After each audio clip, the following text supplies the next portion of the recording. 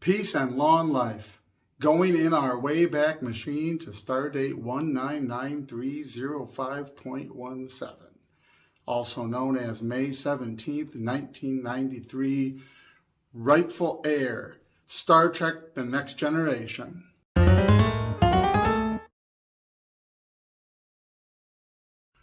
What can you say about Klingons?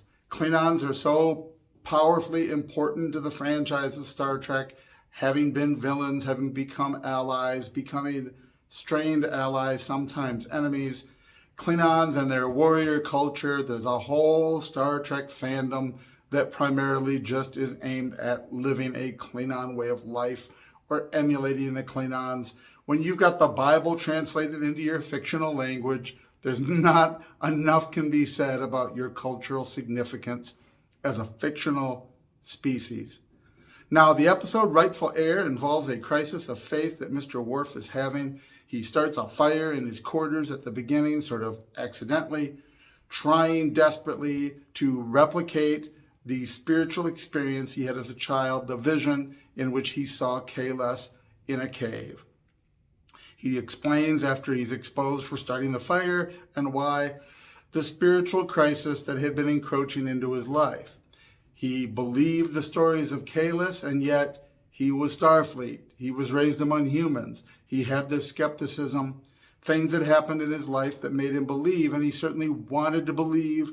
Part of that whole psychological makeup of Worf as an adopted guy raised by humans, longing to be authentically Klingon. He wants to do the Klingon stuff, wants to do the rituals, wants to speak the language, eat the food, do the mating rituals, you name it. He's more conservative Klingon than a lot of Klingons because of this overcompensation. But because of his crisis of faith, he is given leave by Captain Picard to go to the Klingon monastery at Borath, which is orbiting the point in the sky, the star to which Kahless had gestured before he left the Klingon people all those ages before, saying, "Look for me there at that point of light." Worf goes to the monastery, spends time in meditation. There's some other people receive visions, which kind of you're meant to look at askance, like that was convenient. And you can tell that Worf is having the same concerns just by his body language and his expressions, but he doesn't see Kahless. After a discussion with a Klingon high priest, with a cleric, who actually gives him some pretty decent, insightful spirituality, Worf then goes back and tries again to have the vision, and he does. The real, manifest, physical body of Kahless appears. Kahless has returned. Of course, this raises all sorts of questions and concerns within the Star Trek universe and the franchise, and the plot sort of goes from there. Will he challenge Gowron to lead the Klingon Empire? Who will the people follow? Will this work? Are there lingering questions as to the identity of Kahless? Oh, they've got the DNA and they test it, and he seems to know the stories. But it isn't until our friend Chancellor Gowron enters the scene that we get some real good doses of healthy skepticism, when the Klingon Kahless tells a great story from the epic myth. And Gowron, of course, is the stick in the mud, the problem child that has to say, so what was the guy's name? What was he wearing? What did he look like? How tall was he? What color were his eyes? You see, if you're there, if you were there, you should be able to fill in a lot more detail. Of course, the plot unfolds, it all unravels, and it turns out that the Klingon priests had actually gotten the blood of Kahless from a dagger that was a sacred relic.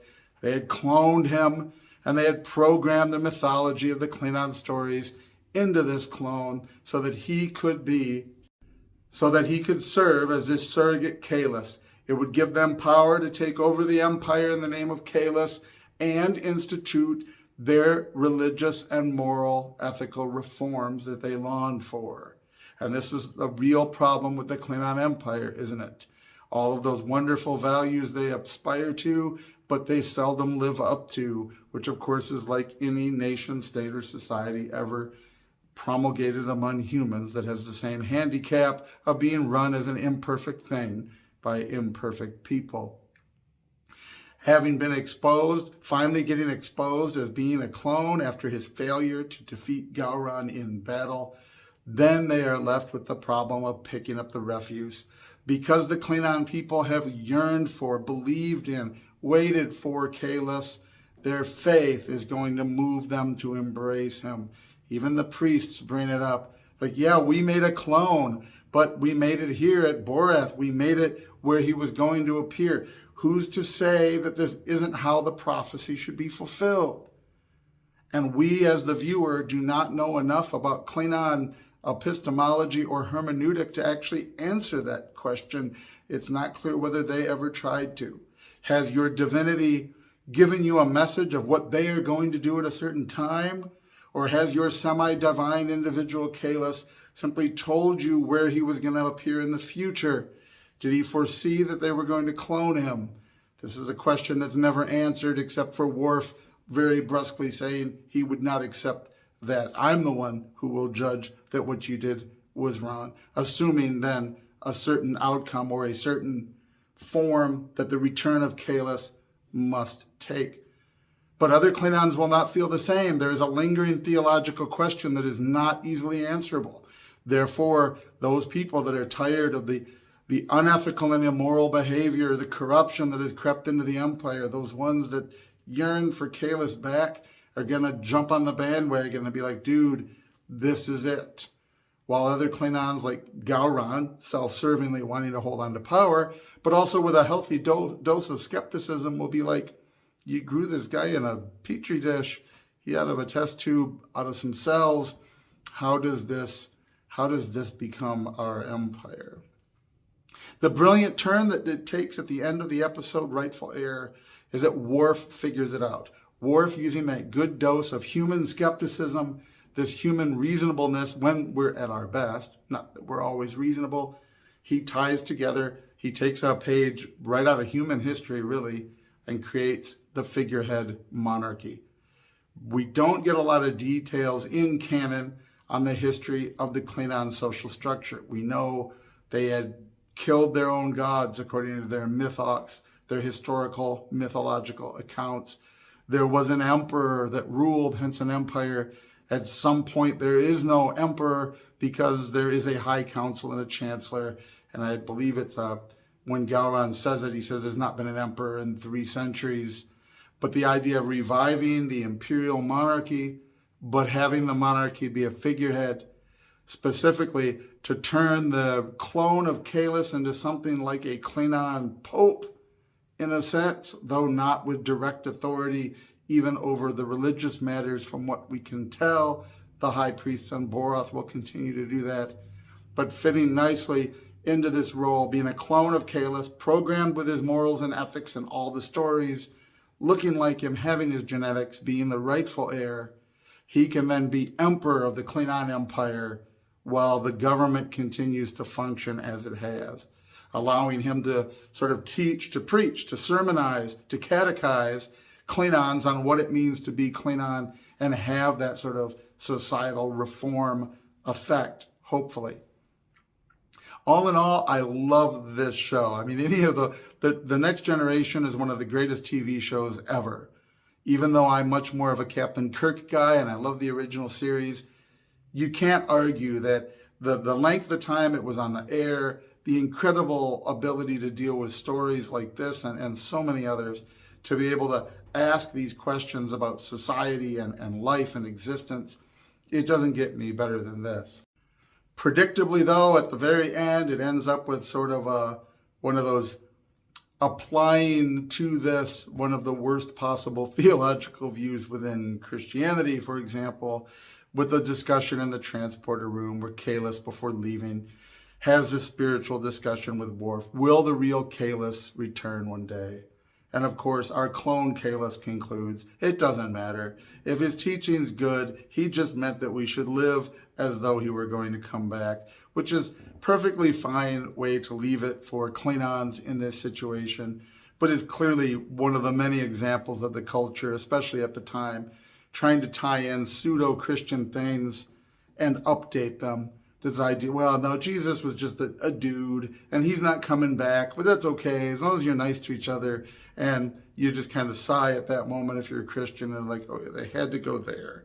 But at least it was done really well, as The Next Generation did, especially at the time. And it did make sense within the context of the overall narrative.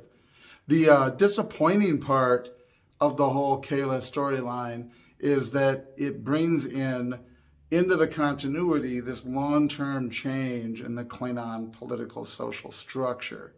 And yet, possibly because of budget restrictions of getting a recurring character, a new recurring character, or that age-old question of who actually had writing credits on the episode and could they just bring it back willy-nilly, the same way Gul Dukat could not be Gul Macet from his original appearance as a Cardassian, had to be, So whatever those lingering questions are, I'm not sure.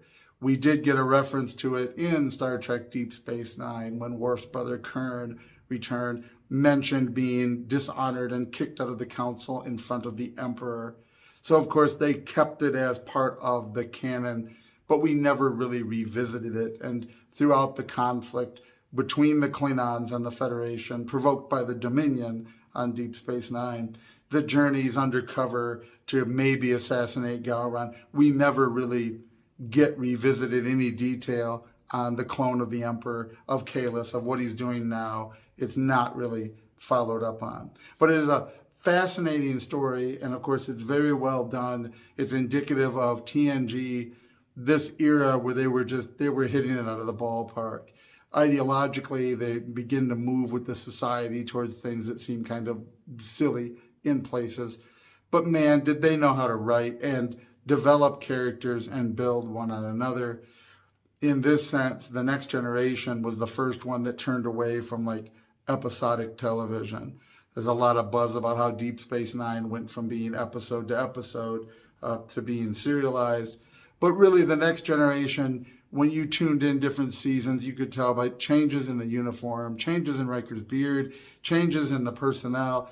Their life story continued to be their life story in much the way that you got by the movies of the original series. So while not, other than multi-parters, it's not directly serialized, and yet you are living these 7 years on the Enterprise, these 7 seasons with these people that are living these 7 years, and perhaps a little longer than 7 years for them, but 7 seasons for us. But it was a fabulous show, and this was a great episode. Right now they have a channel that's all Star Trek all the time on Pluto TV for free, but with commercials. And since Disney has, or Paramount Minus, has gathered all of these things under its wing to try to make you pay, but is allowing them now on Pluto, I'm more than happy to go sit through the commercials and not pay Paramount another nickel for the things they've done. But that aside, that's the Trek episode for today. Rightful Heir. What did you think of it? Love Kahless, hate Kahless, love Gowron. I always loved Gowron, but I'll talk about that more later. Live long and prosper. Join the mobile infantry and save the world.